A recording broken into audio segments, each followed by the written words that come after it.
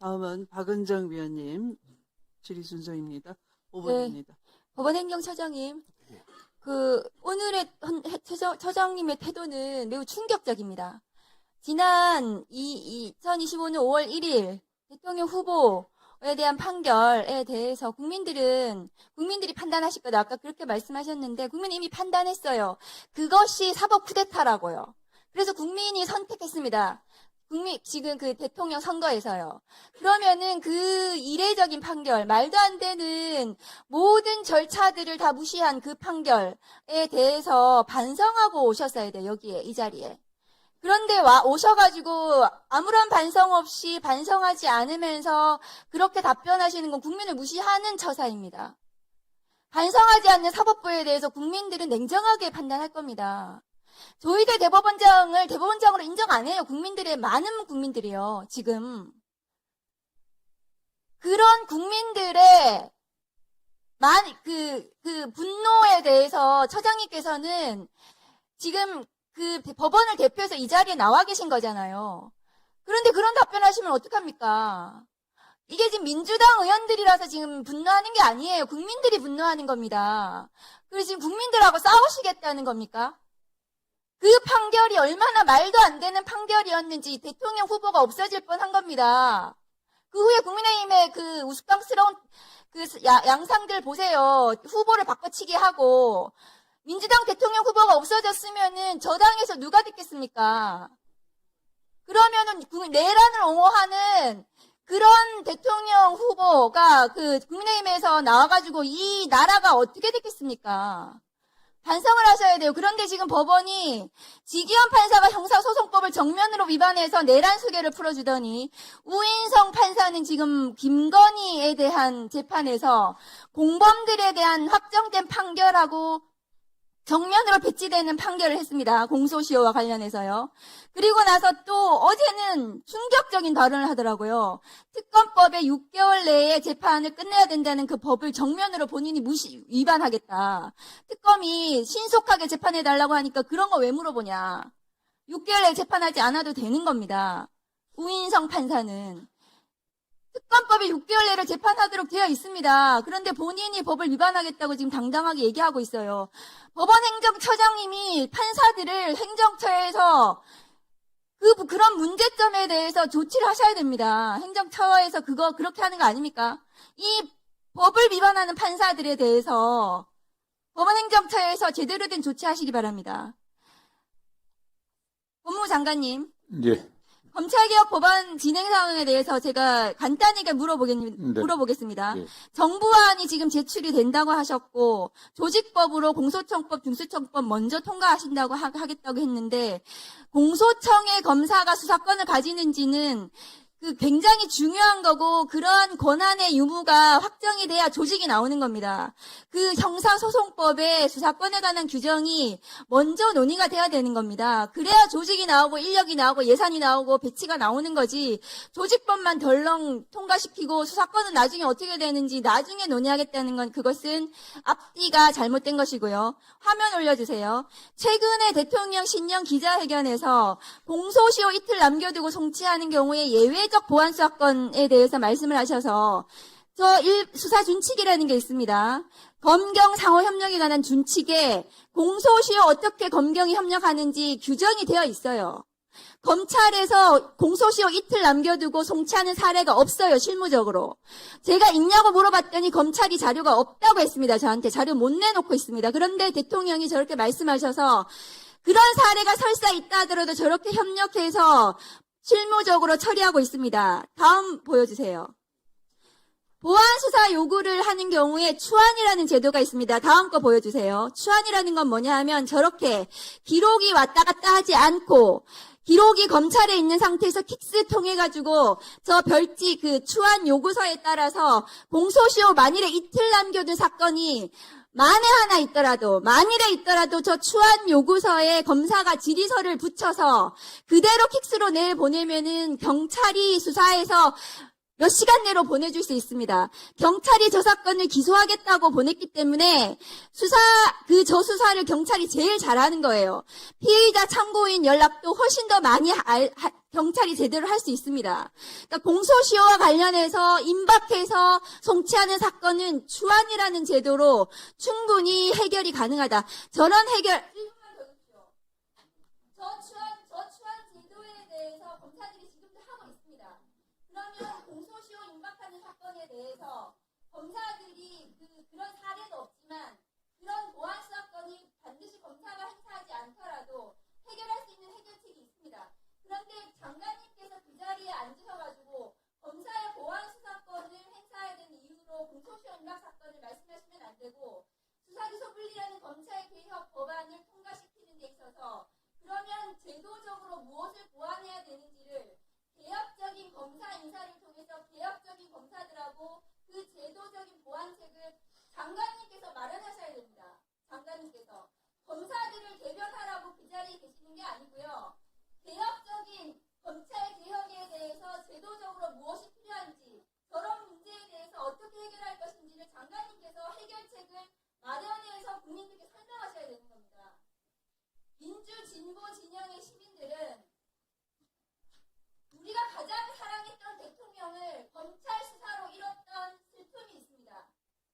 그 상실감을 언제나 기억하시고 검찰 개혁에 대해서 책임감 있게 해주셨으면 좋겠습니다. 예, 저는 의원님 좋은 말씀 감사드리고요.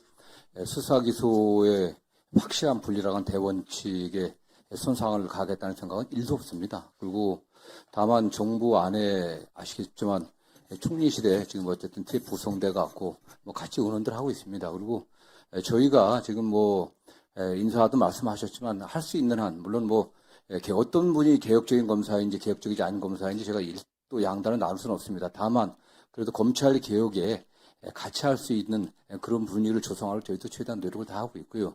의원이 염려하시는 검찰이 다시 수사권을 갖고서 그 권한을 오용하고 남용하지 않을 수 있는 그런 제도를 만드는 데 저희도 관심을 갖고 노력하고 있습니다. 네.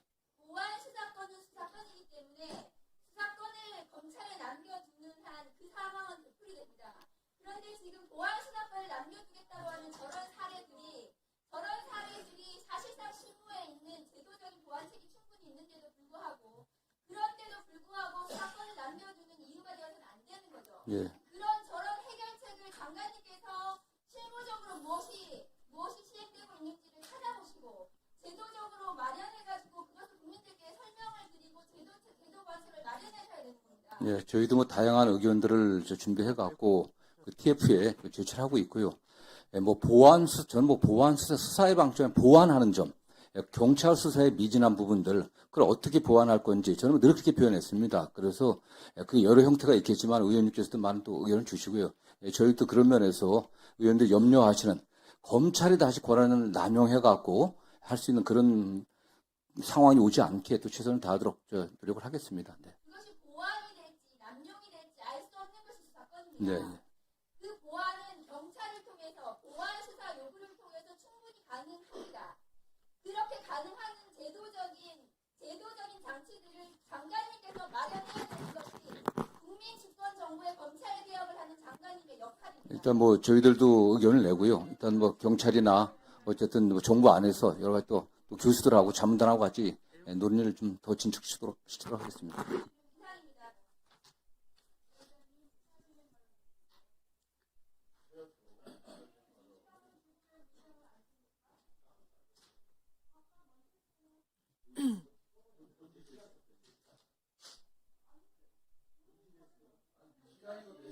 자, 박준택 위원님. 네, 질의 순서입니다. 5분입니다.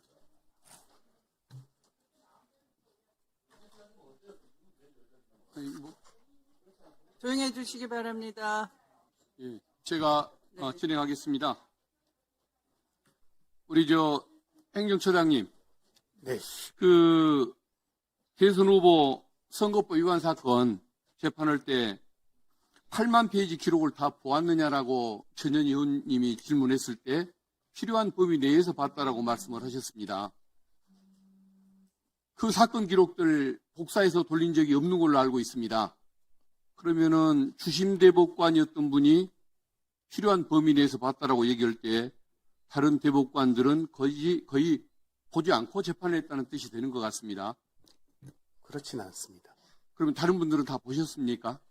다 필요한 범위 내에서는 모든 대법관들이 다 본 걸로 알고 있습니다. 야당의 대선 후보의 출전 자격을 박탈을 하는 재판을 하면서 어떻게 그런 재판이 이루어질 수가 있고 특히 이틀 만에 결정이 될 수 있는지 그것은 아마 정상적인 시각을 가진 국민들은 이해를 못할 겁니다. 그리고 저 반대편에 앉아 계시는 의원님들 중에는 국회의원들은 법안 통과시킬 때 다 읽고서 하느냐라고 반문을 했습니다마는 자기가 대표로서 발의하는 법안은 당연히 읽고 관련된 자료들, 논문들, 현상들 다 연구가 해가면서 하지 법안을 안 읽고 통과시키지는 않는 것 같은데 어쨌든 주심 대법관이었던 분 입에서 필요한 범위 내에서 봤다라고 답이 나온다는 것은 저는 참 놀라운 부분인 것 같다는 생각이 듭니다.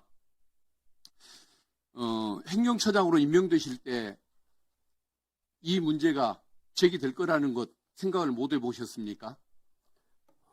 생각을 전혀 못한 건 아니지만 이게 오늘 같은 이런 상황이 될 거라고는 생각은 못했습니다. 근데 저는 이 사건에서 이번 사안에서 우리 처장님의 자격 문제보다도 더 걱정스러운 것은 왜 대법원은 국민의 눈치를 볼 생각이 없는 걸까라는 점입니다. 국민이 주권자라는 것을 인정한다고 한다면 최소한 재판은 또 독립이라고 할지라도 행정이라는 것은 그야말로 독립적으로 이루어지는 것이 아니고 국민의 눈높이에 맞게 이루어져야 하는 것 아니겠습니까? 이번에 그 내란 사건에 대한 영장전담 판사들 2명 임명하는 거 우리 박지원 의원님께서 질문하신 것처럼 왜 거기에 문제의 원인이 됐던 그 4명 중에 2명을 거기에 앉힐 수가 있는 것입니까? 그 4명의 판사들이 문제를 일으켰기 때문에 내란 전담 재판부 영장 전담 판사 제도가 도입이 된 건데 그 자리에 그 문제의 원인이 된 판사들 2명을 앉혔다라는 것 이것은 결국은 법원이 특히 대법원이 국민하고 기싸움을 하겠다는 얘기밖에 안 되는 것 같습니다. 어떻습니까? 저도 정확한 경위를 알지는 못합니다만 제가 아는 범위 내에서는 지금 2월 23일에 법관 정기 인사가 있습니다. 그때까지 임시적으로 담당할 이제 영장 전담 판사를 지정하는 문제에 있어서 기존에 담당하던 4분 중에 아마 이렇게 그래도 이게 결정했 국민적으로 네. 그래도 이게 국민적인 분위기를 생각한다고 한다면 미리 그 법원에 위임돼 있을 법관들 중에서 적절한 인물들을 골랐던 것도 저는 방법이었을 것 같은데 어쨌든 법원은 국민의 어떤 시선보다는 내 편이 우리의 시각대로 한다는 그런 마인드를 가지고 있다는 것 이게 가장 큰 문제라는 생각을 해봅니다. 어쨌든 우리 처장님의 임명 문제나 영장 전담 판사의 임명 문제나 이런 것들이 어떤 사법개혁 논의를 더 촉발하는 문제가 될 거라는 점 여기에 대해서는 각오를 할 수밖에 없는 그런 부분이 있는 것 같습니다. 어쨌든 2월 23일 이후에 어떤 인사 이동이 있고 나면 영장 전담 재판부가 새로 구성이 될 거 아닙니까? 그때는 정말 그 수원 브라더스 법관 같은 사람들이 중앙지법 영장 전담 재판부나 내란 사건 영장 전담 법관으로 배치되는 일이 없도록 정말 각별히 유의 좀 해주셨으면 좋겠습니다. 그 내란 전담 재판부 특별법에 법관 사무분담위원회에서 아마 결정하게 돼 있는 걸로 알고 있습니다. 거기 절차에 그러니까 좀 제발 좀 정상적인 결정을 하도록 좀 분위기를 만들어 달라고 제가 말씀을 드리는 겁니다. 그리고 제가 이제 구속영장 심사에 국민들이 참여하는 그 법안을 발의를 했습니다. 영장에 대한 배심제도, 참심제도이겠죠. 이게 추진되는 일이 없도록 정말 정상적인 영장 심사가 이루어지기를 기대하겠습니다. 네, 수고하셨습니다. 저도 그까지는 정확하게 파악을 못했습니다. 근데 지금까지의 관례에 따르면 영장 전담 법관은 1년 사무분담 1년 원칙을 지금 지키고 있는 모양입니다. 그러니까 1년이 되면 바꾸고, 그래서 지금 이제 기존에 계시는 분들은 2월 23일자에 바뀌는 것이 관례에 따른 것인 모양입니다. 이제 2월 하순이 되면 1년이 되는 모양입니다. 아닙니다. 1년 사무분담 원칙입니다.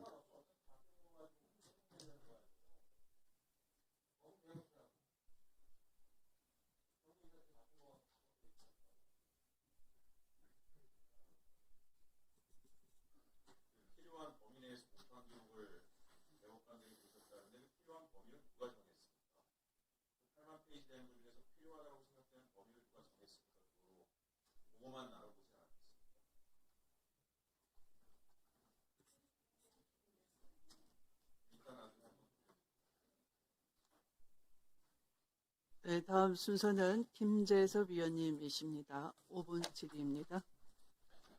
예, 법원행정처장님 축하드리고요. 첫날 고생 많으십니다. 근데 앞서서 이제 뭐 민주당 의원님들께서 지적을 해주실 때에 이재명 대통령 관련 재판에서 국민의 눈높이 뭐 이런 말씀 많이 하시는데 사실 우리가 법과 양심 그리고 헌법과 법률에 의해서 재판을 하는 것이 국민의 눈높이에 맞춰서 재판하는 건 아니지 않습니까? 거기에 대해서는 왜 명백하게 선을 긋고 말씀하시는 게 저는 맞다고 생각하는데 아닙니까? 물론 뭐 국민의 눈높이를 무시하자는 게 아니라 당연히 제일 원칙은 헌법과 법률인 것이고 그거는 소장님께서도 직접 말씀하셨듯이 헌법과 법률에 맞춰서 그 재판하셨다고 이야기하신 거 아닙니까? 왜 거기에 대해서 당당하게 말씀하지 않으십니까? 그리고 앞서서 뭐 의원님들이 뭐 7만 페이지, 8만 페이지 뭐 필요한 범위 이런 논란들이 좀 있는데 뭐 제가 다시 돌아가서 좀 말씀을 드려보겠습니다. 만약에 그 시간으로 다시 돌아가서 7만 페이지 꼼꼼하게 읽었다고 하면 재판의 결과 내용이 달라집니까? 상고심 재판은 법률심입니다. 그래서 사실관계에 대해서는 원칙적으로 판단하지 않을 뿐더러 이 사건은 1심과 2심의 사실 인정이 대차가 없습니다. 동일한 사실관계를 기초로 법리 판단이 달랐던 거기 때문에 어떤 법리 판단을 따르면 되느냐가 상고심의 심판 대상이었습니다. 그 범위 내에서 봤다는 거예요. 그럼 다시 돌아가서 7만 페이지를 꼼꼼하게 다 읽고 재판을 하신다고 하더라도 하나도 빠짐없이 모든 글자를 1.1획도 빠지지 않고 다 읽는다고 하더라도 재판 결과는 달라지지 않는다고 제가 이해해도 되겠습니까? 제가 뭐 가정적인 답변을 드리기는 좀 아니, 어려워요. 뭐 저는 그렇게 충분히 이해가 됩니다. 그러면 뭐가 문제입니까? 지금 절차상에서? 지금 파기환송심이 7만 페이지가 안 읽어서 그것이 재판 결과를 바꿀 수 있다라고 한다 그러면 저는 그건 문제가 될 수 있는데 소장님 말씀하신 대로 7만 페이지를 꼼꼼하게 다 읽어도 결과가 바뀌지 않고 거기에 대해서 판결을 내렸다 그러면 그게 지금 왜 문제가 되는 거야, 절차상으로? 재판을 빨리 하는 게 문제입니까? 문제가 됩니까? 그거 왜 말씀을 못 하십니까? 직접 주심으로 하셨는데. 문제가 됩니까, 그게? 아까 말씀드린 내용을 그대로 반복할 그러니까 저는 우리 법사위에서 재판 결과에 대해서 뭐 이렇쿵저렇쿵 이야기할 수 있지만 의원님들께서 이렇게 여전히 진행 중인 재판에 대해서 사실상 결과를 바꿀 수도 있을 법한 정도의 압박을 넣는 것은 저는 입법부로서는 해서는 안 되는 거라고 생각을 하고 뭐 조희대 사법부 이런 얘기를 하시지만 그 조희대 사법부에서 이재명 대통령에 대한 재판 중지도 결정한 거 아닙니까? 사실 저희도 그거 못마땅하게 그때 많이 이야기했거든요. 어떻게 고법 판사가 헌법 84조라고 하는 것을 인용해가지고 사상 초유의 사건을 이렇게 임의적으로 결정할 수 있느냐에 대해서 저희 불만 많거든요. 그건 조희대 사법부에서 이루어진 결정 아닙니까? 대답 한번 해주십시오. 예, 그거는 고등법원 재판부에서 결정한 것으로. 아니 그러니까요. 그게 조희대 사법부 안에 들어가 있지 않는 거냐고요. 마찬가지 아닙니까? 그거 가지고 우리가 지금 이 자리에는 없으신 분이겠지만 혹여 어떤 자리에 간다 한들 우리가 그 사건을 가지고 그 자리에서 나가라 마라 이렇게 하진 않지 않습니까? 그건 사법부의 독립을 훼손하는 거 아닙니까? 행정처장이고 법원 행정의 수장으로서 법원의 독립성을 지키기 위해서라고 그러면 적어도 그 정도는 처장님께서도 말씀해 주시고 방어하시는 게 맞다고 저는 생각합니다. 그냥 물러서지 마시고요. 법원의 독립이라고 하는 건 굉장히 중요한 가치 아닙니까? 법사에서 어떻게 하든지 간에 어쨌든 재판관은 헌법과 법률에 의해서 재판하게 되어 있는 것이고 그걸 거기다 따랐다 그러면 그게 뭐가 문제입니까? 왜 거기에 대해서 대답을 제대로 안 하십니까? 저는 그게 답답해서 제가 말씀을 드리는 겁니다.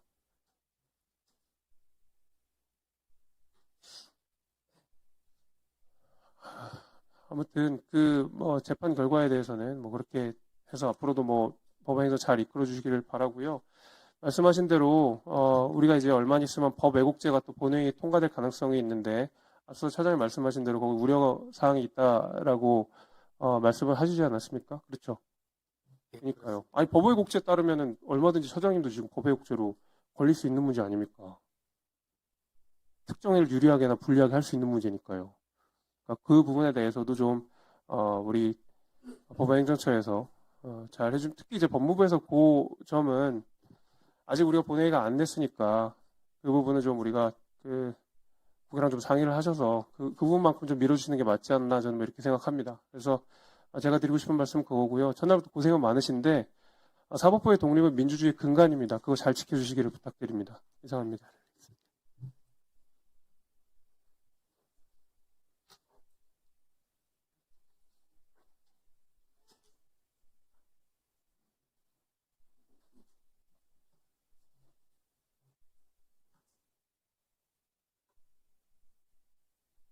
행정처장님, 네. 아까 김기표 의원께서 희대의 부조리라고 말씀하셨는데요. 제가 도저히 행정처장님과 함께 이 논의하는 자리를 가지기가 어렵다라는 생각이 그 순간에 들었습니다. 아무 느낌이 없으신 것 같네요. 그 정해의 시간 동안.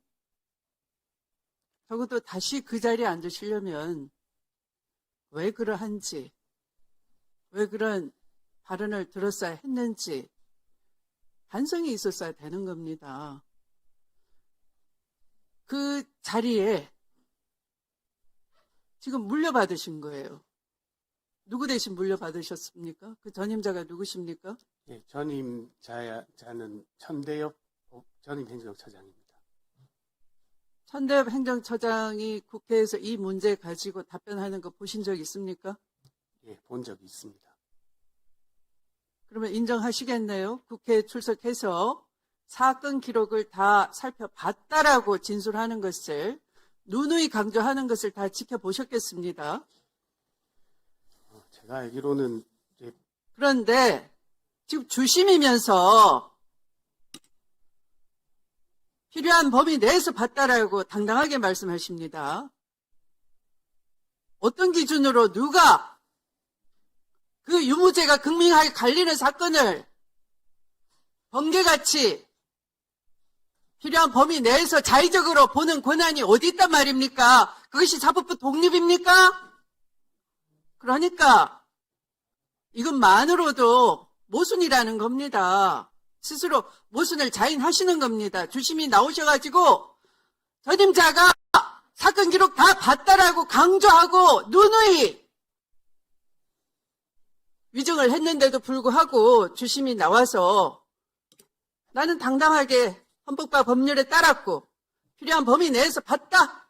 그래 뭐 그러시는 거예요. 그래서 국민들께서 이해하시겠습니까?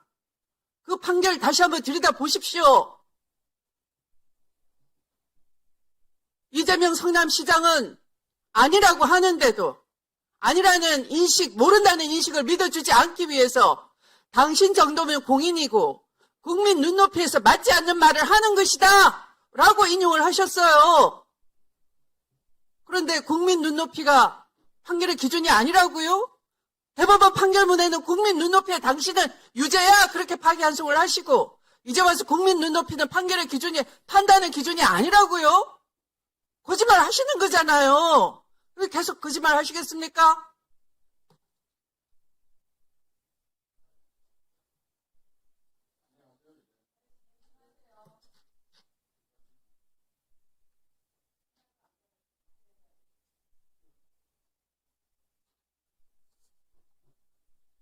답변 한번 해보십시오.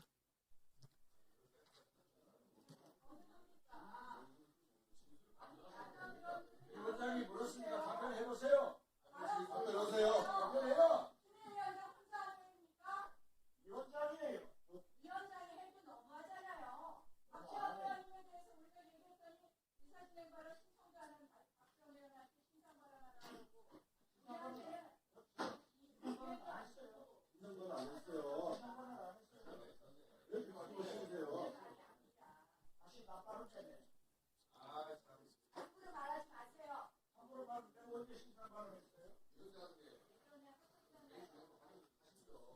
하고 있습니다. 지금 답변 기다리고 있습니다. 여러분들께서 답변을 못 듣게 지금 방해를 하시는 것이지. 조용히 하세요. 답변하십시오. 예, 위원장님 우려와 걱정을 저도 공감합니다. 조금 전에 이제 그 판결의 기준이 국민의 눈높이가 아니라고 제가 거짓말을 했다고 말씀하시는 것에 대해서 그래도 제가 말씀을 드려야 될 것 같은데 제가 그런 말씀을 드린 적은 없습니다. 헌법과 법률에 따라서 정당한 절차, 적법한 절차에서 판결을 했다고 말씀드렸고요. 국민 인식을 판결에 인용하셨지 않습니까? 그거는 그냥 국민 인식이라는 게 국민 눈높이 아닙니까? 그러니까 기록을 제대로 안 봤다 이 말씀이에요. 상고 이유를 판단할 수 있는 범위 내에서는 다 봤습니다.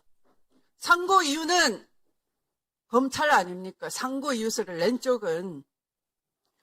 당연히 이제 답변서에 필요한 범위 내에도 다 확인을 했습니다. 답변서 내자마자 그 이튿날 전원 합의체 회부를 하시고 편결하신 거 아닙니까? 그래서 그 기록을 실제 그 순간에 어떻게 다 봤느냐를 누누이 국민의 상식으로 질문하는 거 아닙니까? 질문이 궤변입니까? 질문도 상식적이어야 되는 거죠. 근데 그 지극히 상식적인 질문에 명쾌한 답변이 없었던 거예요. 그리고 마침내 주심이 나오신 겁니다. 보무도 당당히. 그러니까 국민과 맞짱을 뜨자는 거냐라고 하시는 겁니다. 위원님들께서.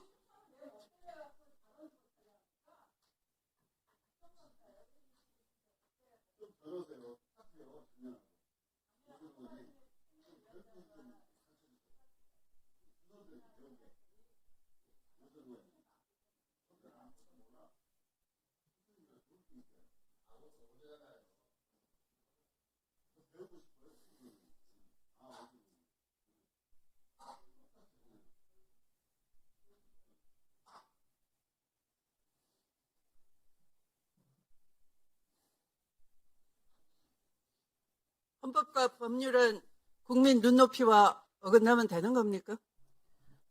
그래서 다시 말씀드리자면 재판을 함에 있어서도 국민들이 어떻게 받아들이실지 같은 것들도 다 모든 것은 아니지만 고려의 대상이 될 수 있다는 것은 제가 말씀드릴 수 있을 것 같습니다.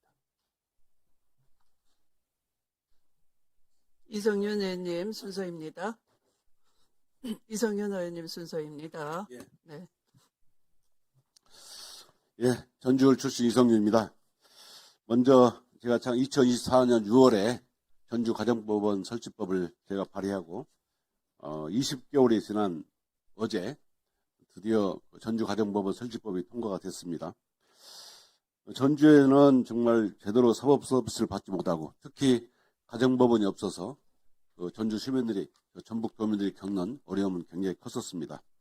선거 이후에 2년 동안 꾸준히 가정법원 설치를 요청해왔고 특별히 전주 가정법원 유치 특별위원회가 있어가지고 이 시민들께서 우리 존경하는 추미애 위원장님을 만나 뵙고 조속히 가정법원이 설치될 수 있도록 요청까지 했습니다. 그 결과 위원장님 그리고 우리 일소의 간사님께서 적극 협조해 주셔서 어제 법안 일소위 통과를 했고 드디어 이제 전주 시민과 전북 도민들께서 바라는 가정법원 설치 소식을 들려드릴 수 있어서 참으로 감개무량합니다. 하루빨리 우리 그 본회의에서도 가정법원 설치법이 통과돼서 우리 170만 전북 도민과 62만 전주 시민들이 그 양질의 사법 서비스를 받을 수 있도록 했으면 좋겠습니다. 법원행정처장님, 네. 정말 실망입니다. 저는 처장님이 처음 나와가지고 제가 5월 1일 조희대 파기환송 판결의 주심으로서 국민들께 송구하다라고 말할 줄 알았어요. 말 끝마다 헌법과 법률에 따라 재판을 했다. 그래서 꺼리낌이 없다 말씀하시는데 처장님, 헌법 103조가 어떻게 되는지 아십니까? 말씀해 보세요. 아니, 말씀해 보세요. 헌법 규정을 외우고 있지는 못해 찾아보겠습니다. 뭘 찾습니까? 법관은 헌법과 법률에 따라서 법률에 의해 그 양심에 따라 재판한다. 이렇게 돼 있어요. 심판한다. 중요한 것은 그 양심입니다. 양심. 예? 법관들이 가장 부끄러운 판결로 꼽는 것이 뭔지 아십니까? 인혁당 사건입니다. 인혁당 사건. 1975년 4월 8일 날 수천 페이지에 달하는 사건을 대법원에서 한 하루 만에 선고를 하고 그 다음날 8명을 사형 집행을 해요. 아십니까? 이 사건 들어본 적이 있습니다. 그 판결도 헌법과 법률에 따라서 한 것입니까? 아닙니까? 제가 담당했던 사건이 아니라서 말씀드리긴 어려울 것 같습니다. 아니, 그것도 답변을 못해요? 1975년 4월 8일 인혁당 사건 판결도 헌법과 법률에 따른 판결입니까? 아닙니까? 담당한 사건이 아니라 모른다고요? 그런 태도가 문제입니다. 처장님께서 취임식에 말하겠습니까? 사법불신의 원인을 찾아가지고 반성해야 된다 했죠? 사법불신의 원인이 뭡니까? 아직도 못 찾았어요? 사법불신의 원인은 바로 조희대 대법원장입니다. 오늘 보니까 처장님을 임명한 이유가 설명이 돼요. 조희대는 5월 1일에 사법구태타를 일으켰고 그 사법구태타를 국민들이 내란을 일으킨 걸 본 겁니다. 그러니까 처장님을 사법구태타 주심으로 임명했고 그 주심을 다시 법원행정처 보내서 내란 주요인물 종사자로 임명한 거예요. 그러니까 말씀 못 들은 것이에요. 양심에 따라 했다고. 부끄러운지 아십시오. 왜냐하면요. 판결이라는 게 국민들 눈높이라고 말씀하시는데 양심에 따라 해야 됩니다. 예? 정말 양심에 따라 판결했습니까? 그리고요. 재판 기록 봤냐 안 봤냐 말씀하시는데 정말 더 대답하면 안 돼요. 국민들은 1년에 대법원에서 4만 건 하죠. 1인당 3,400건 재판하지 않습니까? 모든 국민들은 법원에서 내가 낸 기록 다 읽어버리지 않아요. 그런데 당신들이 뭔데? 편의적으로 사건 일부만, 기록 일부만 뽑아서 봅니까? 그러니까 불신 받는 거예요.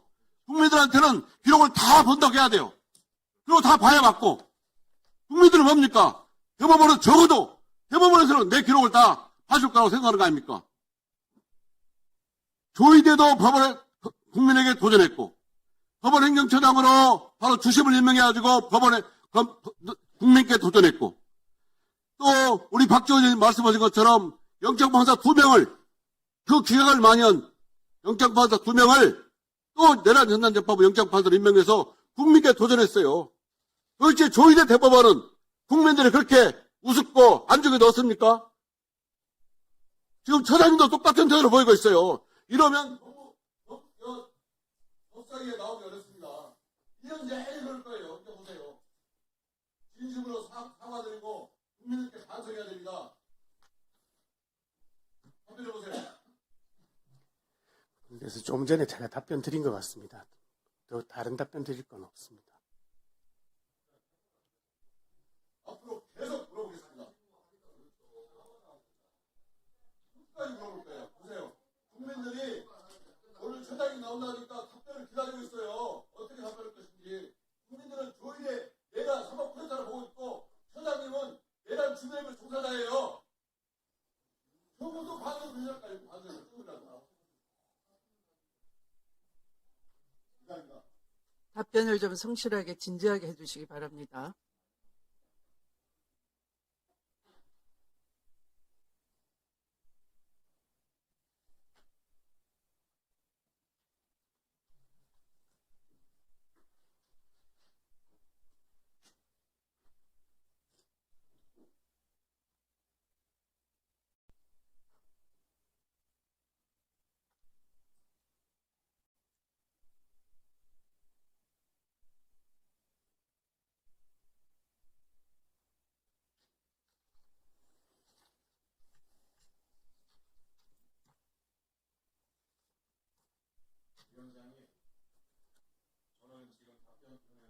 아니, 발언권 드리지 않았습니다. 네.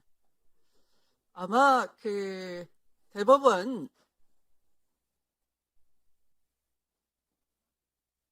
국정감사에서 이 문제가 가장 뜨거웠습니다. 기록을 받는지 안 받는지가 온 국민의 관심사였습니다. 그냥 의원들의 반복된 질문이 아니에요.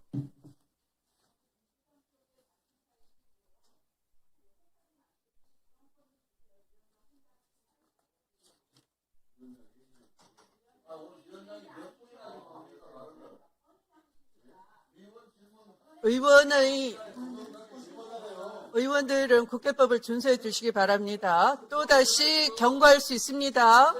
발언권 제한하거나 퇴장을 명할 수 있습니다. 위원장의 진행에 방해하지 말아 주시기 바랍니다. 자, 그러면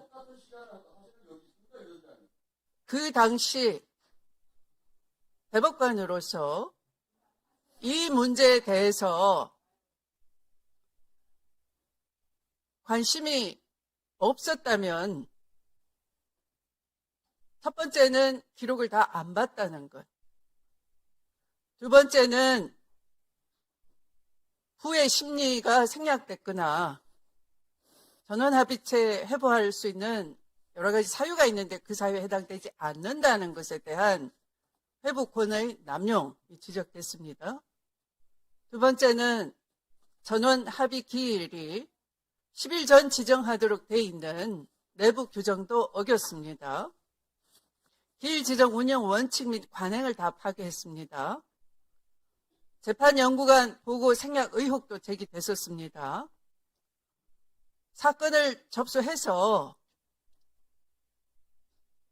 이 해당된 데 올리면 그것을 공문으로 기록이 어디 있는지 기록의 소재를 명확하게 관리하게 돼 있는데도 불구하고 그에 관한 사건 기록 관련 공문서가 허위로 작성된 것을 국정감사에서 제가 발견했습니다.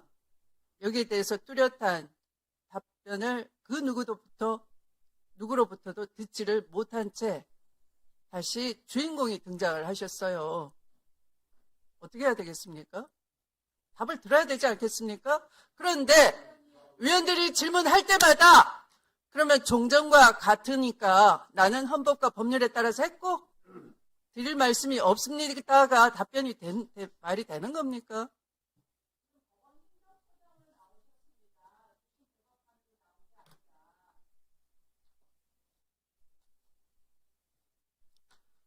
지난번 법원 행정처장은 본인 일이 아닌 거로 일반적으로는 이렇게 합니다.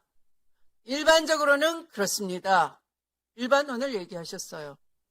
그게 깨진 겁니다. 왜? 본인이 나왔기 때문에 일반론이 이제 일반론으로 피할 수가 없게 된 거예요. 국민의 궁금증에 답변을 하셔야 되는 겁니다. 아니면 사법부가 파탄나는 겁니다. 신뢰가 없기 때문에, 신뢰가 무너졌기 때문에. 신뢰 위에 사법부가 있는 것이지 신뢰를 스스로 허물어버리고 무슨 사법 독립이 있는 것입니까?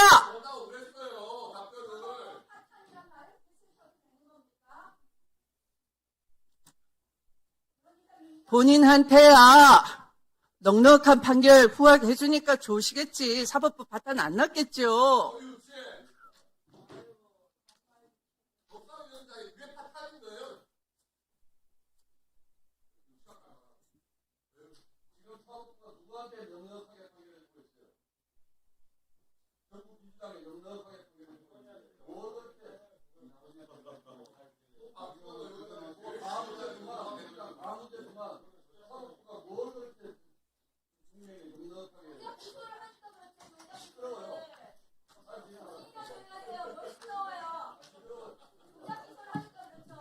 조작 기소와 한편이니까 모르는 거예요, 사실.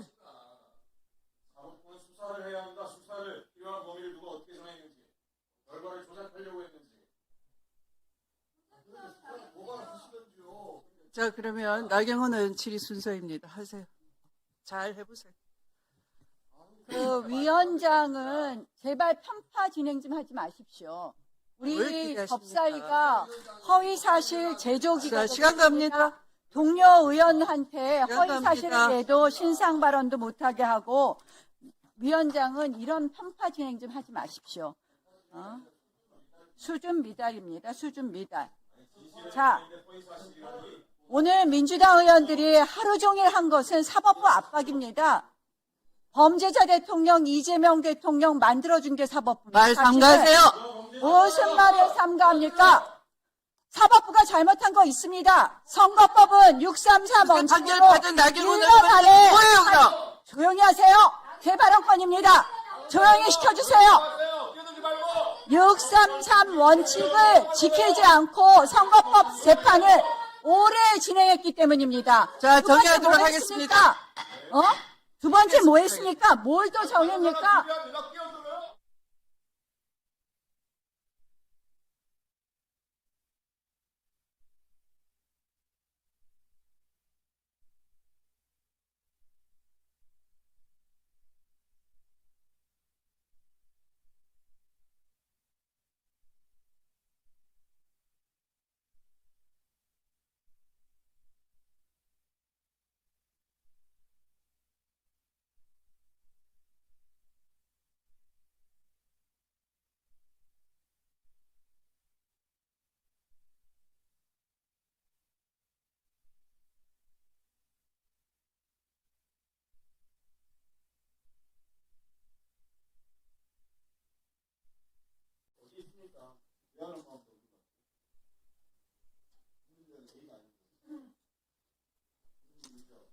네, 그러면 서영교 의원님 질의하시겠습니까? 네, 5분입니다.